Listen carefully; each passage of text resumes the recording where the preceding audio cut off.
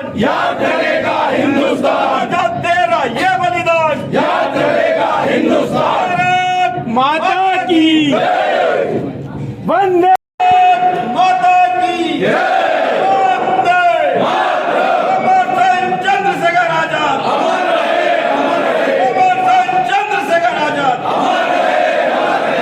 जब तेरा ये बलिदान, याद करेगा हिंदुस्तान, जब तेरा ये बलिदान, याद करेगा हिंदुस्तान। जब तक सूरज चांद रहेगा, आजाद तेरा नाम रहेगा, जब तक सूरज चांद रहेगा। आजाद तेरा नाम रहेगा। आज शहीद चंद्रशेखर आजाद की शहादत दिवस पर आप नमन करने आए, सर्वप्रथम तो क्या संदेश देना चाहिए? आज भारत माँ के वीर सपूत अमर शहीद चंद्रशेखर आजाद जी का बलिदान दिवस है और हम सब लोग प्रतिवर्ष हजारों की संख्या में यहाँ पर श्रद्धांजलि अर्पित करने के लिए आते हैं और आज उस बात को लेकर हम लोग यहाँ आए हैं श्रद्धांजलि देने के लिए।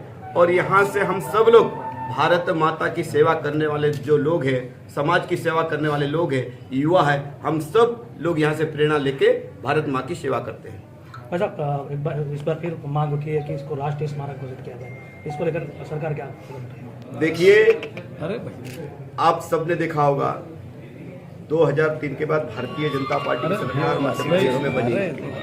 हमने चंद्रशेखर आजाद की जो कुटिया थी, एक छोटी सी कुटिया थी, बरसों तक ऐसी पड़ी रही थी, उस पर किसी ने ध्यान नहीं दिया।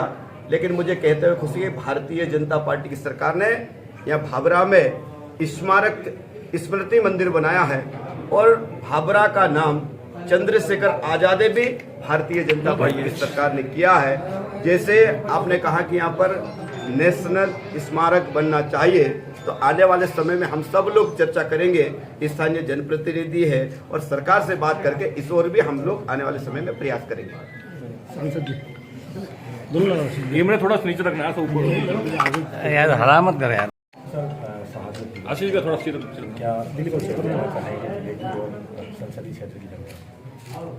इस माटी में जन्मे भारत के वीर सपूत चंद्रशेखर आजाद ने मातृभूमि को अंग्रेजों से आज़ाद करवाने के लिए अपने प्राणों की हंसते हंसते आहुति दी है। आज मैं हमारे सब नौजवान साथियों से कहना चाहता हूं कि उस समय मांग थी कि देश को आज़ाद करवाया जाए और हमारे देश के यशस्वी लाडले वीर सपूत चंद्रशेखर आजाद ने उस समय की मांग को समझा और शहादत देकर हमारे युवाओं के सामने बहुत बड़ी प्रेरणा रखी। इसी प्रकार आज के समय की मांग है कि हमारा देश विकसित भारत बने। हमारे यशस्वी प्रधानमंत्री परम आदरणीय मोदी जी ने सभी युवा साथियों से, सभी देशवासियों से एक अनुरोध किया है कि जब 2047 में भारत 100 वर्ष पूरे करे आज़ादी, तब हम विकसित भारत बने। और मैं ऐसा मानता हूं कि आज इस शहादत दिवस के अवसर पर हमको ये संकल्प लेना चाहिए कि हमारा देश जो हमारी विरासत है उस पर गर्व करे, हमारे शहीदों पर गर्व करे और जिस प्रकार से हमारे माननीय मंत्री जी ने बताया है कि इस स्मारक को राष्ट्रीय स्मारक बनाया जाएगा, तो हम सब मिलकर के प्रयास करेंगे। मैं केंद्र शासन में भी इस मांग को उठाऊंगा और पूरा प्रयास होगा कि आने वाले समय में ये केंद्रीय स्मारक बने।